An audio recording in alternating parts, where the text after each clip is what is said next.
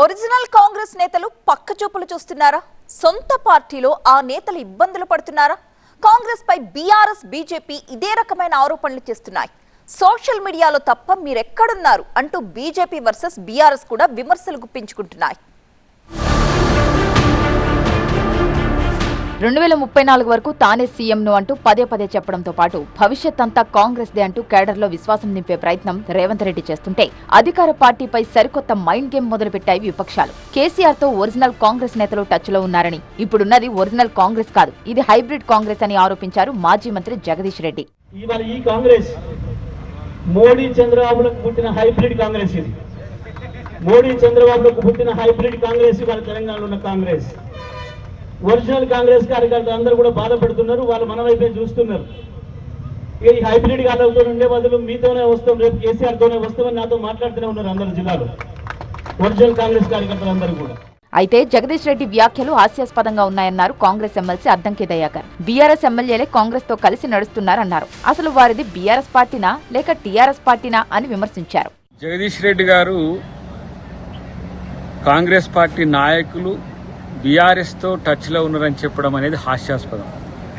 మీ party ఎమ్మెల్యేలు కాంగ్రెస్ పార్టీతో కలిసి పనిచేస్తున్నమాట మీకు తెలుసు. అయినప్పటికీ కూడా కాంగ్రెస్ పార్టీ నాయకులు మాతో టచ్ లో ఉన్నారంటే అసలు మీ పార్టీ అంటే ఏ పార్టీ? బీఆర్ఎస్ పార్టీనా టీఆర్ఎస్ పార్టీనా? నిజామాబాద్ ఎంపీ ధర్మపురి అరవింద్ కూడా కాంగ్రెస్ ను ఇదే రకమైన టార్గెట్ చేశారు. రేవంత్ కాంగ్రెస్ నుంచి ఎప్పుడు జారుకుంటారో తెలియదన్నారు. సువేందు అధికారుల రేవంత్ మారతారేమో అని అనుమానం వ్యక్తం చేశారు. 2028-29 రేవంత్ నాయకత్వంలో కాంగ్రెస్ పార్టీ చాలా అధ్వానంగా ఓడిపోతుంది. మన మోడీ గారు మెసేజ్ చూడజావాలి ఏమైనా ఉందో నాకైతే తెలియదు. చాలా చిన్న కార్యకర్త బీజేపీలో ఏమైనా లింక్ ఉందేమో మరి నాకైతే తెలియదు. సువేందు అధికారి జెన్యున్ కోమటిరెడ్డి వెంకటరెడ్డి లాంటి వాళ్ళు, శ్రీధర్ బాబు లాంటి వాళ్ళు ఇలా మాట మీద ఉండి జీవితాంతం కాంగ్రెస్ పార్టీలో ఉండి కసంతోళన చేసుకున్నా సరే. మరోవైపు బీఆర్ఎస్ బీజేపీ మధ్య కూడా సరికొత్త విమర్శలు మొదలయ్యాయి. బీజేపీకి ప్రజల్లో ఆదరణ లేదని, సోషల్ మీడియాలో ఎక్కువ, సొసైటీలో తక్కువ అంటూ విమర్శలు చేశారు కేటీఆర్. ఎందుకంటే ఇక్కడ బీజేపీ లేదు, మనలేదు. ఆడుంది బీజేపీ. ఏదో ఆ పార్లమెంట్ వచ్చినప్పుడు ఏదో గాడుపు ఆగమాగం గాడుపు తప్ప, గాయగత్తర తప్ప కింద గ్రౌండ్లు ఏం లేదు. ఉత్తదే ఆ సోషల్ మీడియాలో ఎక్కువ, సొసైటీలో తక్కువ. వాళ్ళు బిల్డప్ తప్ప ఏముండదు. కానీ వాళ్ళు ఎదురు చూస్తారు, గోతికాడ నక్కలాగా ఎదురు చూస్తారు. యాడన్నా సందు దొరకపోతుందా? బీఆర్ఎస్ ను తెలంగాణలో ఎవరూ లెక్క చేయరని, కాంగ్రెస్ కు బీజేపీయే ప్రత్యామ్నాయం అన్నారు బీజేపీ రాష్ట్ర అధ్యక్షుడు రామచంద్రరావు. బీఆర్ఎస్ మీడియా, సోషల్ మీడియాలో తప్ప ప్రజల్లో లేదని విమర్శించారు.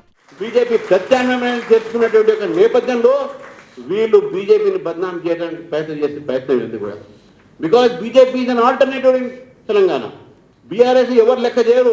There is no BRS in Telangana. BRS is only in media and social media.